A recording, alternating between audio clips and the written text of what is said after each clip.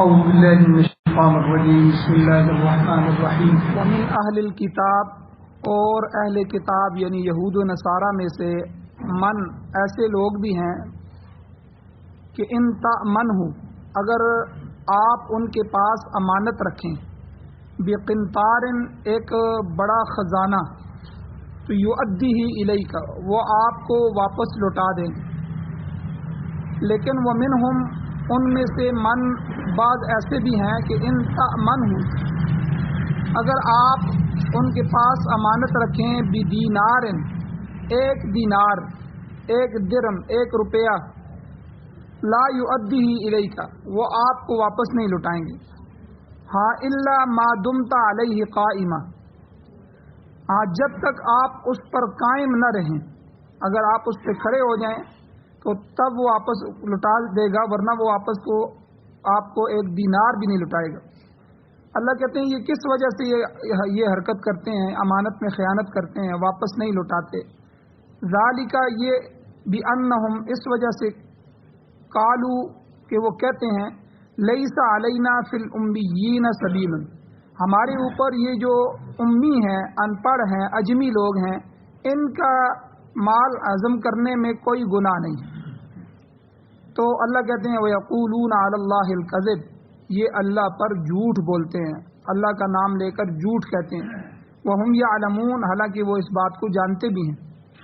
بلا کیوں نہیں، من اوفا بعہدہ جس شخص نے اپنے وعدے کو پورا کیا، واتقى اور تقوی اختیار کرتا رہے، فإن اللہ يحب المتقین بے شک اللہ تعالی متقین کو پسند فرماتے ہیں۔ سورہ آل عمران کی آیت نمبر 75 اور 76 آج کے درس میں تلاوت ہوئی ہے۔ سب سے پہلے ان کا ربط آیات کیا ہے، پچھلی آیتوں سے ان آیتوں کا تعلق کیا ہے، ربط کیا ہے۔ گزشتہ آیات میں اللہ تعالیٰ نے اہل کتاب یہود اور نصارہ کی دینی خیانت کا ذکر فرمایا تھا کہ اہل اسلام کو، مسلمانوں کو گمراہ کرنے کے لیے وہ کیسی کیسی تدبیریں اختیار کرتے ہیں۔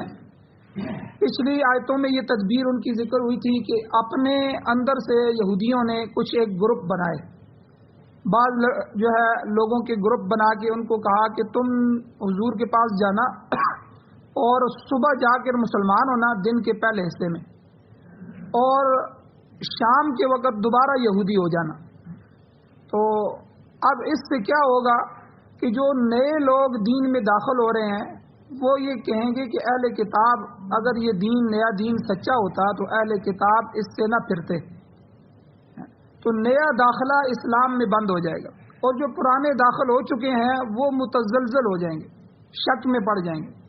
تو آپ اندازہ لگائیں کیسے ہتھیار جو ہے انہوں نے مسلمانوں کو روکنے کے لیے، یہ ان کی دینی خیانت تھی۔ تو یاد رکھیں دین اور دنیا اللہ نے ہمیں دونوں عطا فرمائے، تو دنیا داروں کے پاس دنیا ہے، دین داروں کے پاس دین ہے، علماء کے پاس دین ہے۔ تو اگر علماء دین کو پہنچانے کا حق ادا نہیں کرتے یا کسی جگہ مسئلے کو چھپا دیتے ہیں تو یہ دینی خیانت کر رہے ہیں۔ یہ مسلمان علماء کا شیوا نہیں ہے، یہ تو یہود و نصارہ کا شیوا ہے۔ کسی کو اچھا لگے یا برا لگے، حکمت کے ساتھ، ادب کے ساتھ جو ہے حق بات کو کرنا چاہیے، حق طریقے سے حق بات کو پہنچایا جائے۔ تو یہودیوں کے اندر یہ چیز تھی کہ پیچھے اللہ نے بتایا کہ وہ تلبیس کرتے تھے اور تکتمون ایک کام کرتے تھے، یعنی خلط ملط کر دیتے تھے یا حق کو چھپا دیتے تھے۔ تو یہودیوں میں سے جو عوام میں سے ان کے جو پڑھے لکھے لوگ آتے، جن کو پہلے سے پتہ ہوتا کہ ہم حضور کا انتظار کر رہے ہیں، نبی آخر الزمان کا انتظار کر رہے ہیں، اس نے آنا ہے، اور ادھر سے حضور صلی اللہ علیہ وسلم نے دعویٰ بھی کر دیا اور مدینہ میں آ چکے ہیں، اب وہ اپنے علماء سے پوچھنے کے لیے آتے کہ آپ بتاؤ کہ یہ واقعی نبی ہیں تو ان کی کیا کیا نشانیاں ہیں۔ تو یہودی علماء کو یہ پتہ تھا کہ ان کو پہلے سے پتہ ہے، تو وہ تروڑ مروڑ کے حضور کی صفات کو ان کے سامنے پیش کرتے۔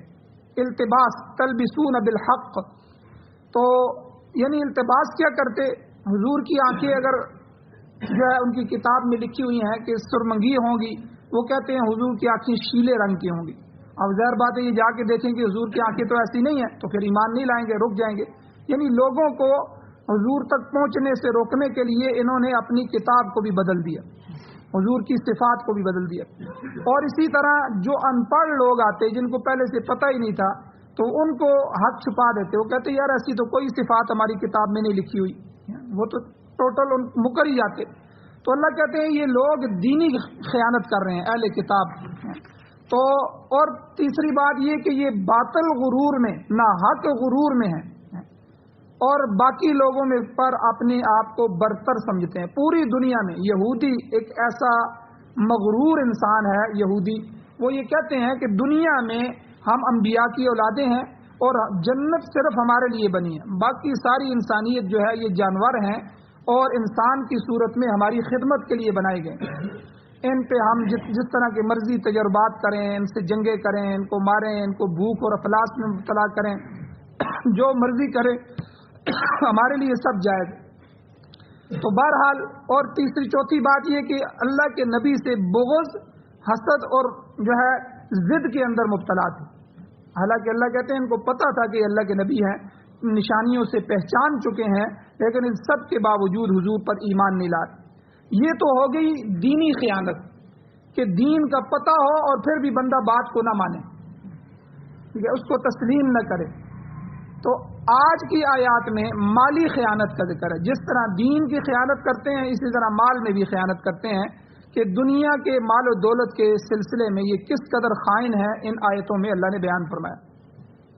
ارشاد باری تعالیٰ ہے، اللہ کہتے ہیں وَمِنْ أَهْلِ الْكِتَابِ، بعض اہل کتاب ایسے ہیں کہ من ہو بقنطار، اگر آپ ان کے پاس ڈھیر سارا مال بھی امانت رکھیں یا بڑا خزانہ لے کر، قنطار کہتے ہیں بڑے خزانے کو، آپ اگر ان کے پاس امانت رکھتے ہیں تو یؤدی الیک، وہ اس کو واپس لوٹا دیں گے. بعض کم لوگ ایسے ہیں. اور ومنہم، انہی میں سے بعض ایسے بھی ہیں، من ان تأمنہ بدینار، اگر آپ ان کے پاس 1 دینار امانت رکھتے ہیں، 1 اشرفی، 1 پاؤنڈ یعنی 1 روپیہ کہہ لیں، 1 روپیہ ان کے پاس آ کر امانت رکھتے ہیں، لا یؤدیہ الیک، تو وہ آپ کو واپس نہیں کریں گے، اتنے بخیل ہیں. اب یہاں بعض سے مراد کیا ہے؟ مفسرین کہتے ہیں کہ بعض سے مراد اگر وہ اہل کتاب لیے جائیں جو یہودی ایمان لے آئے تھے، صحابی بن گئے تھے، تو ظاہر ہے کہ ان کی امانت داری یہودیت کی وجہ سے نہیں ہوگی بلکہ ایمان کی برکت سے ہوگی. تو اس لیے وہ مراد نہیں ہے. اور بعض سے مراد اگر عام اہل کتاب لیے جائیں یہودیوں میں سے ہی، تو یہ بھی ممکن ہے کیونکہ سب لوگ ایک جیسے نہیں ہوتے. ہر قوم میں چاہے کافر قوم بھی ہو، سارے ایک جیسے، کچھ اچھے لوگ بھی ہوتے ہیں، کچھ برے بھی ہوتے ہیں. خود قرآن مجید میں آگے آئے گا، اللہ فرماتے ہیں لیسو سواء، کہ وہ سارے برابر نہیں ہیں، سارے ایک جیسے نہیں ہیں. اور دوسری بات یہ ہے کہ قرآن پاک کو جو ماننے والے عام مسلمان ہیں ہم لوگ، یہ مسلمان متعصب نہیں ہوتا. اگر کسی باطل دین والے میں کوئی اچھی صفت ہوگی تو وہ اس کی تعریف بھی کرے گا، تعصب کا اظہار نہیں کریں گے، کیونکہ یہ تو مشرکین اور اہل کتاب کی عادت ہے، وتیرہ ہے، ان کا طریقہ اور شیوا ہے کہ وہ ضد اور تعصب میں حضور کی تعریف بھی نہیں کر رہے، قرآن کو قرآن سمجھتے ہیں تب بھی نہیں مان رہے. تو مسلمان ایسا نہیں ہے، ضدی نہیں ہے، حد درم نہیں ہے. تو چنانچہ قرآن پاک میں جہاں بھی اہل کتاب کی کسی اچھی بات کا ذکر ہے وہاں اللہ نے ان کی تعریف فرمائی ہے، اور ایمان والے بھی ان کی تعریف کرتے ہیں. گویا کہ ان آیات سے اللہ نے ہمیں یہ تعلیم دی ہے کہ کسی کی اچھی چیز کو چھپانا نہیں چاہیے. تو یہ بددیانتی کا فعل ہے، بددیانتی میں داخل ہے. اگر کوئی آدمی مسلمان کبھی کوئی آپ کا دشمن ہی کیوں نہ ہو، آپ کا دشمن کیوں نہ ہو، اگر اس کی کوئی اچھی بات ہے تو لوگوں کے سامنے بیان کریں، بھائی میری اس سے مخالفت ہے، لیکن جس مسئلے میں مخالفت ہے اس میں ہے، باقی اس کا یہ مطلب نہیں ہے کہ وہ برا آدمی ہے، فلاں فلاں اس کی چیزیں اچھی بھی ہیں. تو یہ ایک امانت دار آدمی کی نشانی ہوتی ہے. تو گویا کہ یہاں یہودیوں کی بھی قرآن نے یہ تعریف کی ہے کہ ان میں سے بعض ایسے لوگ موجود ہیں، اگر آپ خزانہ سونے چاندی کے ڈھیر لا کر ان کے پاس امانت رکھیں گے تو وہ امانت دار ہیں، وہ اس کو واپس کریں گے. اور آج کے زمانے میں NGOs ہیں بعض، اور اقوام متحدہ ہے، اور اسی طرح کوئی اور ان کے ذیلی ادارے ہیں جو بڑی جو ہے دور دراز علاقوں میں بھی بڑی خدمت کر رہے ہیں. کسی جگہ کنویں کی ضرورت ہوتی ہے تو کنویں کھودتے ہیں، ہینڈ پمپ لگا کے دیتے ہیں. کسی جگہ سکول بنانے کی ضرورت ہوتی ہے سکول بنا دیتے ہیں. کسی جگہ پل بناتے ہیں. تو یہ ساری عیسائیت جو ہے وہ یہودیت یا وہ ان ممالک کے یورپی ممالک کے لوگ یہ خدمات کرتے رہتے ہیں. تو بہرحال یہ ان کی خدمات ہیں اور ان کے اخلاق بھی اپنی قوم کے لیے خاص کر کے وہ مر مٹنے کے لیے تیار ہوتے ہیں. ان کی بڑی خدمات ہیں. تو یہ بعض ان کی اچھی صفات بھی ہیں. لیکن کافر جو ہے اس کی نیکی دنیا میں اس کو فائدہ دے گی، آخرت میں نہیں دے گی. دنیا میں کیا فائدہ ہوگا؟ اللہ وہ دینے والے دیتے رہیں گے، اللہ ان کے مال کو مزید بڑھاتے رہیں گے. وہ خرچ کریں گے اور یہ اللہ کا وعدہ ہے، جو خرچ کرتا ہے اللہ اس کو دیتے ہیں. تو لیکن چونکہ ایمان نہیں ہے تو اور اجر جو ہے وہ ایمان کے ساتھ ہے، اجر آخرت میں ملتا ہے. تو اس لیے آخرت میں یہ لوگ محروم ہوں گے. آخرت میں ان کو کسی نیکی کا کوئی اجر نہیں ملے گا، کیونکہ حضور پر اور حضور کے قرآن پر ایمان نہیں، آخری کتاب پر ایمان نہیں ہے. ایمان جو ہے، اس لیے اللہ نے بار بار کہا ان الذین آمنوا وعملوا الصالحات، ان الذین آمنوا وعملوا الصالحات. قرآن مجید میں جو ایمان لائے پھر نیک عمل کیے، ایمان لائے نیک عمل. ایمان کو اللہ نے پہلے ذکر کیا، پہلے ایمان لاؤ پھر وعملوا الصالحات، نیک عمل کرو پھر تمہیں فائدہ دیں. تو اس کی مثال علماء اس طرح لکھتے ہیں جیسے ہندسہ ہے، ہندسہ ہوتا ہے 1 2 3 4 اور ایک زیرو ہوتا ہے، زیرو.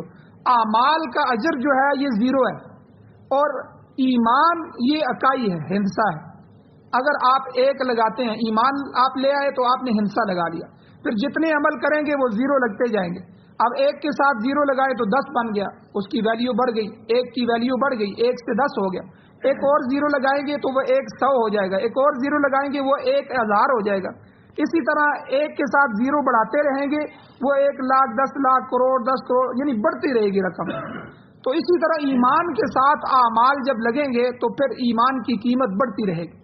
اگر یہ ہندسہ نہیں ہوگا، ایمان نہیں ہوگا، پھر آپ نیک اعمال جتنے کرتے رہیں، 0 بڑھاتے رہیں، 0 1 کروڑ 0 بھی بڑھائیں گے اس کی قیمت 0 ہی ہوگی. 0 کی قیمت 0 ہوتی ہے. تو اس لیے یہ مثال سمجھنے کے لیے ہے. تو بہرحال یہاں قرآن مجید نے ہمیں یہ تعلیم دی ہے کہ اگر کسی کے اندر کوئی امانت داری ہو، کوئی اچھی صفت ہو تو اس کی صفت کو بیان بھی کرنا چاہیے. تو یہاں قرآن مجید نے بیان فرمایا. اب شان نزول کیا ہے ان آیات کا؟ مفسرین فرماتے ہیں کہ مدینے میں 10 بڑے عالم یہودی تھے، یہودیوں میں 10 بڑے عالم تھے. حضور نے بلکہ ایک دفعہ حدیث میں ارشاد بھی فرمایا، حضور نے فرمایا کہ اگر یہ 10 یہودی، یہ 10 عالم ان کے بڑے، یہ اگر مسلمان ہو جائیں تو پوری دنیا سے یہودیت ختم ہو جائے. یعنی ساری یہودیت انہی کو دیکھ رہی ہے کہ یہ کیا عمل کرتے ہیں. تو ان میں سے ایک عالم جو تھے عبداللہ ابن سلام رضی اللہ تعالیٰ عنہ، یہ خوش نصیب آدمی تھے جو مسلمان ہوئے، اللہ نے انہیں اسلام کی دولت نصیب فرمائی. باقی یہودیوں کے 9 علماء اسلام کی نعمت سے محروم رہے اور وہ 9 کے 9 ضد اور تعصب میں رہے اور انہوں نے خود بھی اسلام نہیں لایا اور ان کے اسلام نہ لانے کی وجہ سے ساری امت اور ساری یہودیت جو ہے وہ اسلام سے دور رہی. اور میں نے کل کے درس میں بیان کیا تھا کہ عیسائی مدینہ کے ارد گرد نہیں تھے، عیسائی تو روم کے اندر تھے، نجران کے اندر تھے، اور وہ دور بیٹھ کے دیکھ رہے تھے کہ ہم بھی اہل کتاب ہیں، یہودی بھی اہل کتاب ہے، تو یہ یہودی اس نبی کے ساتھ کیا فیصلہ کرتے ہیں. یہودیوں نے اگر فیصلہ کیا تو ہم بھی فیصلہ کریں گے، یعنی وہ بھی اس انتظار میں تھے. اور مشرکین مکہ جو تھے جہاں سے حضور ہجرت کر کے آئے تھے وہ بھی ان کو اہل کتاب سمجھتے تھے، یار یہ تو کتاب والے ہیں، ہم تو امی ہیں، ان پڑھ ہیں، تو یہ لوگ حضور کے ساتھ کیا کرتے ہیں، پڑھے لکھے لوگ اگر آتے ہیں تو ہم بھی آئیں گے. تو یعنی ان کی ضد اور تعصب کی وجہ سے اسلام کا دائرہ رکا ہوا تھا. تو یہ بات اللہ تعالیٰ کہتے ہیں کہ دینی خیانت کے یہ مرتکب ہوئے تھے، تو اسی طرح دنیاوی خیانت کے بھی یہ مرتکب ہوئے. اب دنیاوی خیانت کیا تھی کہ کسی شخص نے ان 10 علماء میں سے جو عبداللہ ابن سلام تھے، ابھی مسلمان نہیں ہوئے تھے لیکن اللہ نے یہودیت کے اندر بھی ان کے اندر انصاف رکھا تھا، چونکہ یہ عالم تھے، عالم کو تو ساری بات پتہ ہوتی ہے، عوام کو نہ پتہ ہو، تو انہوں نے حضور کی ساری صفات کو یہ چیک کر رہے تھے، دیکھ رہے تھے. اب اللہ نے بعد میں اسلام کی دولت سے بھی نواز دیا. ایک آدمی ان کے پاس آیا تو 1200 اونس چاندی امانت رکھی، یعنی 1 اونس 40 درہم کا ہوتا ہے، تو آپ اندازہ لگائیں، یعنی بے شمار چاندی تھی جو ان کے پاس اس شخص نے امانت رکھی. کچھ عرصے کے بعد جب وہ شخص واپس آیا، اس نے اپنی امانت طلب کی کہ میں نے آپ کے پاس اتنی رقم امانت رکھی تھی، آپ مجھے میری امانت واپس کریں. تو عبداللہ بن سلام رضی اللہ تعالیٰ عنہ نے کوئی پس و پیش نہ کی، امانت اس کے حوالے کر دی. تو گویا کہ اللہ نے ان کی تعریف فرمائی. اور دوسری طرف ایک واقعہ پیش آیا کہ ایک دوسرا یہودی عالم تھا، فنخاس بن عزورہ. فنخاس، تو اس کا حال یہ تھا کہ قریش کا خاندان کا کوئی مسافر مدینے آیا، یہاں سے مشرکین مکہ سے کوئی مشرک، کوئی قریش کا تھا، وہ مدینے گیا. تو فنخاس کو شکل و صورت سے دیکھا کہ بڑا بزرگ شخص ہے، بڑا نیک شخص لگ رہا ہے. تو 1 دینار اس کے پاس تھا، اس نے امانت رکھ دیا اور کہا کہ جی یہ میں جب امانت لوں گا تو مجھے آپ واپس کر دیں. اس نے کہا تو غم ہو جاؤ، آپ جب آؤ گے میں تمہیں دے دوں. اچھا، جب وہ واپس آیا اور اس نے اپنی امانت مانگی کہ میں نے آپ کے پاس 1 دینار رکھا تھا، تو فنخاس بن عزورہ کہنے لگا کہ تم نے تو میرے پاس کوئی امانت نہیں رکھی تھی، انکار کر دیا اور یہاں سے چلے جاؤ. اچھا، پاس ہی اس کا شاگرد بیٹھا ہوا تھا. اس نے کہا کہ حضرت اس شخص کی امانت آپ کے پاس موجود ہے، میں موجود تھا، اس نے رکھی تھی، تو آپ اسے واپس کر دیں. تو وہ کہنے لگا کہ ٹھیک ہے، میں نے اس کا 1 دینار لیا تھا، مگر یہ امی لوگ ہیں، ان پڑھ لوگ ہیں، اجمی، ٹھیک ہے، ان کا مال ہضم کر جانے میں ہمارے لیے کوئی گناہ نہیں ہے. ہم نبیوں کی اولادیں ہیں، بڑے لوگ ہیں، اور اس کے علاوہ ہم اللہ کے محبوب ہیں.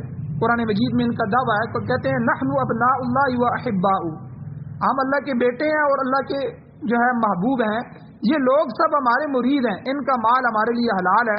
اور پھر آخر ہم نے علم بھی تو حاصل کیا ہے نا، اس کے لیے محنت کی ہے، خرچ کیا ہے، اور وہ ان سے پورا نہیں کریں گے تو پھر اور کس سے لیں گے. اچھا، جب وہ مسافر مایوس ہو گیا تو ایک دوسرے یہودی کے پاس چلا گیا، جو اچھا یہودی مشہور تھا، اسے ساری بات بتائی. اس نے پھر اسے یہ ترکیب بتائی کہ تم جاؤ اس عالم سے یہ بات کہو کہ میں نے تمہیں نیک آدمی سمجھ کر 1 دینار امانت رکھا تھا، اگر میری امانت واپس نہیں کرو گے تو میں مدینے میں جا کر یہ اعلان کروں گا کہ فلاں شخص میری امانت کھا گیا ہے اور تم بدنام ہو جاؤ گے. چنانچہ اس بدنامی سے بچنے کے لیے ڈرتے ہوئے فنخاس بن عزورہ نے وہ 1 دینار واپس کر دیا. تو غرض کے ان واقعات کے پس منظر میں اللہ تعالیٰ نے یہ آیات نازل فرمائی کہ اہل کتاب میں سے بعض کچھ کم لوگ ایسے ہیں کہ اگر آپ ڈھیروں مال امانت ان کے پاس رکھتے ہیں تو وہ عند طلب لوٹا دیتے ہیں اور ان میں ذرہ بھر بھی خیانت نہیں کرتے. اور بعض ایسے بھی ہیں کہ اگر 1 روپیہ، کیا حقیر سی چیز ہے 1 دینار، اگر وہ بھی امانت رکھیں گے تو وہ مکر جائیں گے. اچھا، اس زمانے میں روپیہ پیسہ نہیں ہوتا تھا، اس زمانے میں دینار اور درہم چلتے تھے. دینار یہ سونے کا سکہ ہوتا ہے، یاد رکھیں، جس کا وزن 4 ماشے ہوتا ہے. 4 ماشے کا یہ سونا 1 دینار بنایا جاتا تھا، اور 12 ماشے کا، یعنی آپ سمجھ لیں کہ ایک جو ہے تولہ ہوتا ہے 12 ماشے کا، تو 1 تولہ سونے سے 3 دینار بنتے ہیں، یعنی کتنی قیمت ہوگی دینار کی. تو اور اسی طرح درہم جو ہے یہ چاندی کا سکہ ہوتا ہے، اور جو 3.5 ماشے کا ہوتا ہے. 4 ماشے کا دینار ہوتا ہے سونے کا، اور چاندی کا اگر سکہ بنایا جائے تو اس سے آدھا ماشا کم رکھا جاتا ہے، 3.5 ماشے کا ہوتا تھا. اور اس زمانے میں یہی چلتے تھے، سونے اور چاندی کے سکے چلتے تھے. اچھا، یہاں ایک فقہی مسئلہ بھی بتا دوں آپ کو کہ اصل جو چیز ہے وہ سونا چاندی ہے. کاروبار کے لیے اصل چیز سونا چاندی ہے. یہ جو ہم پیسے 5000 کا نوٹ یا 500 کا یا 1000 کا یا 100 روپے کا نوٹ ہے، یہ نوٹ رسید ہے، یہ اصل رقم نہیں ہے، یہ رسید ہے. پھر کرتے کرتے یہ ہوا کہ حضور کے زمانے کے بعد یہ مغلوں کے زمانے میں بھی سکے چلتے رہے ہیں، درہم دینار چلتے رہے ہیں. اور پھر اس کے بعد آ کے یہودیوں نے خاص کر کے یہ جو بینک بنائے، بینک کی جو پہلی شکل تھی وہ صرف دفتروں کی تھی. مثلا پشاور میں ایک دفتر بنا لیا، پنڈی میں بنا لیا، لاہور میں بنا لیا، کراچی میں بنا لیا، پاکستان کے 20 شہروں میں انہوں نے دفتر بنا لیے. اب وہ آپ پہلے لوگ جب سفر کرتے تھے درہم دینار لے کے چلتے تھے اونٹوں پر، اپنی سواریوں پر، تو راستے میں ڈاکو ان کو لوٹ لیتے تھے، تو سارا مال جو تجارت کے لیے جاتے تھے وہ راستے میں خراب ہو جاتا، بڑی پریشانی ہوتی. اب انہوں نے یہ جو دفتر بنائے یہودیوں نے، انہوں نے ان کو کہا کہ اپنے درہم اور دینار سونا چاندی کی جو سکے ہیں ہمارے پاس چھوڑو، ہم تمہیں ایک رسید دیں گے. یہ رسید تم ہمارے وہاں کے دفتر میں جا کر دینا، وہ تمہیں اتنے درم اور اتنے دینار دے دیں گے، اور پھر ہم اس میں سے اتنی اپنی مزدوری لے لیں گے، اتنی کٹوتی کر لیں گے۔ تو یہ پہلی شکلیں تھیں جو بینک کی بنی، سب سے پہلی شکلیں۔ اب پھر کرتے کرتے وہ رسید لے کر جاتے، وہاں جو ہے مثلا پشاور کا آدمی ہے، اس نے کراچی جانا ہے، ٹھیک ہے، اور مکہ کا آدمی ہے، اس نے شام تجارت کے لیے جانا ہے، ٹھیک ہے، یمن جانا ہے، تو جہاں جس ملک میں بھی جاتا وہاں ان کی ایک دفتر موجود ہوتا۔ بڑی بڑی تجارتی جگہوں پر انہوں نے دفتر بنا رکھے تھے جہاں لوگ جاتے تھے عام طور پر، تو وہاں جا کے وہ ان کے دفتر میں پہنچتا، وہ رسید اس پر مور لگی ہوتی تھی، یہ ان کو دیتا تھا، وہ اتنے درم دینار اس کو دے دیتے تھے، اپنی کٹوتی کر لیتے۔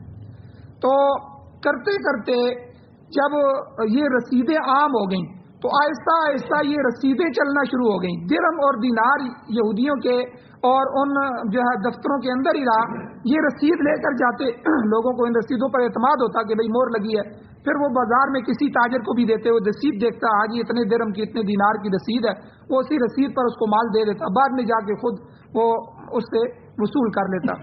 پھر کرتے کرتے یہ سونا اور چاندی پیچھے چلا گیا اور رسیدیں چلنا شروع ہو گئیں۔ یہ آج جو 500 کا نوٹ ہے، 1000 کا، اس کے اوپر لکھا ہوتا ہے کہ حکومت وقت حامل حاضہ کو مطالبہ پر ادا کرے گی، یعنی آپ کا 500 کا سونا گورنمنٹ کے پاس موجود ہے، 5000 کا سونا موجود ہے، یعنی پیچھے اصل چیز جو ہے وہ سونا چاندی ہوتی ہے، تو یہ ایک رسید قسم کی چیز ہوتی ہے۔ تو بہرحال یہ ایک بات بیچ میں آ گئی تو میں نے کہا چلو بیان کر دوں۔ تو بہرحال کیسر و کسریٰ کی سلطنت اور باقی دنیا جو تھی اس میں یہی سکے رائج تھے۔ تو تابعین میں سے ایک بزرگ گزرے ہیں عبداللہ بن دینار، تو امام ابن کثیر فرماتے ہیں دینار 2 الفاظ پر مشتمل ہے، دین اور نار۔ دینار، دین اور نار، دین کا معنی تو واضح ہے مذہب، عقیدہ، اور نار کا معنی آگ۔ امام ابن کثیر فرماتے ہیں من اخذہ بحقہ فہو دینہ، جو دینار کو حق اور جائز طریقے سے حاصل کرتا ہے وہ اس کے لیے دین بن جاتا ہے، اس کے لیے حلال ہے اور دین بن جاتا ہے، اور جو اس کو باطل طریقے سے حاصل کرتا ہے وہ اس کے لیے آگ بن جاتا ہے، نار بن جاتا ہے۔ گویا کہ دینار کے لفظ میں حق اور باطل دونوں پہلو چھپے ہوئے ہیں، مضمر ہیں، اور اگر کمائی حلال طریقے سے ہے، جائز ضروریات پر خرچ کیا ہے تو یہ اس کے لیے دین بن گیا، اگر اس کا الٹ ہے تو یہی مال اس کے لیے دوزخ کا باعث بنے گا۔ اور فرماتے ہیں جس طرح دینار 2 الفاظ کا مجموعہ ہے، اسی طرح درہم جو ہے یہ بھی 2 الفاظ کا مجموعہ ہے، 2 الفاظ سے بنا ہے، در اور ہم۔ در کا معنی ہوتا ہے بہانہ، زیادتی کرنا، اور ہم کا معنی ہوتا ہے عربی میں غم۔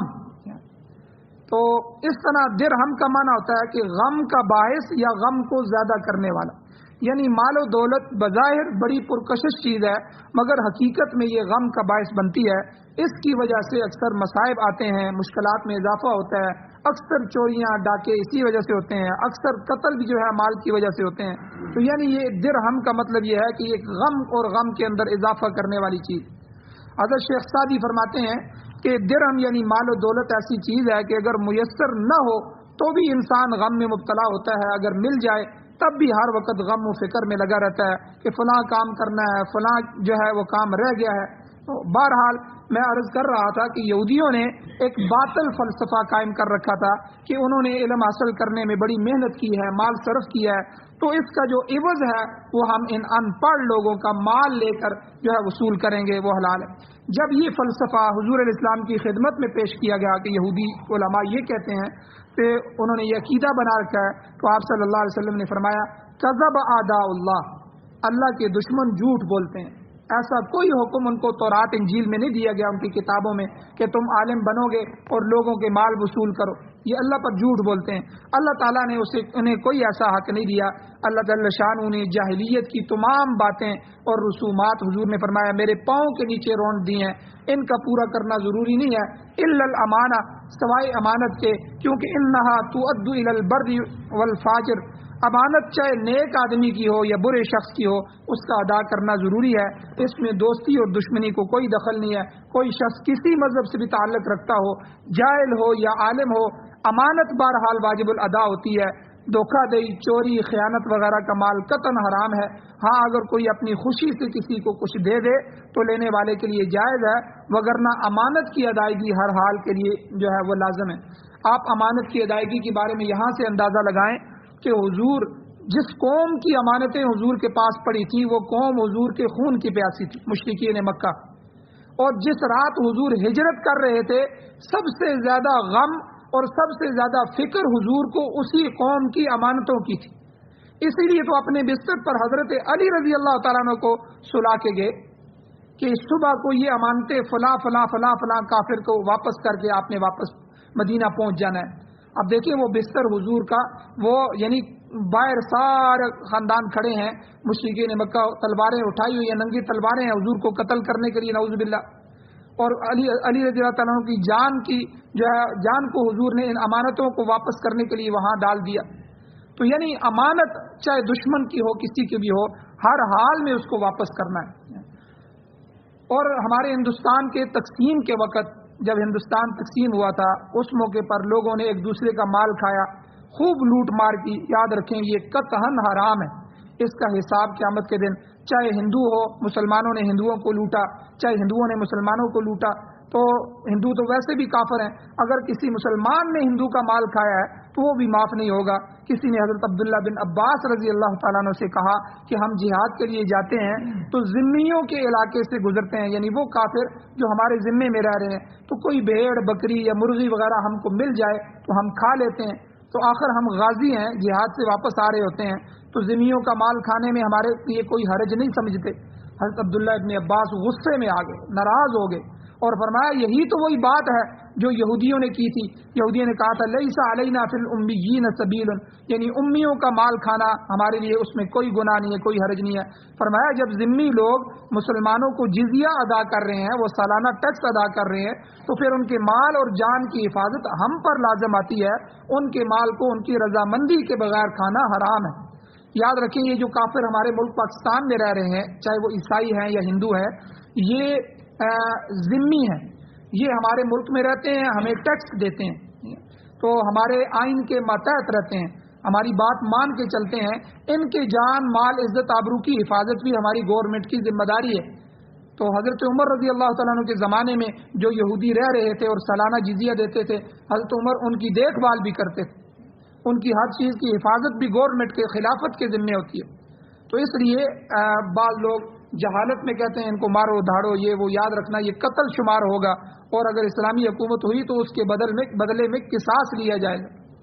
تو بہرحال فرمایا بعض اہل کتاب ایسے ہیں اگر آپ کثیر مال ان کے پاس امانت رکھیں تو لوٹا دیں گے، بعض کے پاس اگر ایک دینار بھی رکھیں گے تو واپس نہیں لوٹائیں گے. ہاں امانت کی واپسی کی ایک صورت ہے الا ما دمت علیہ قائما، آپ ان کے سر پر سوار ہو جائیں، یعنی وقتاً فوقتاً مطالبہ کرتے رہیں.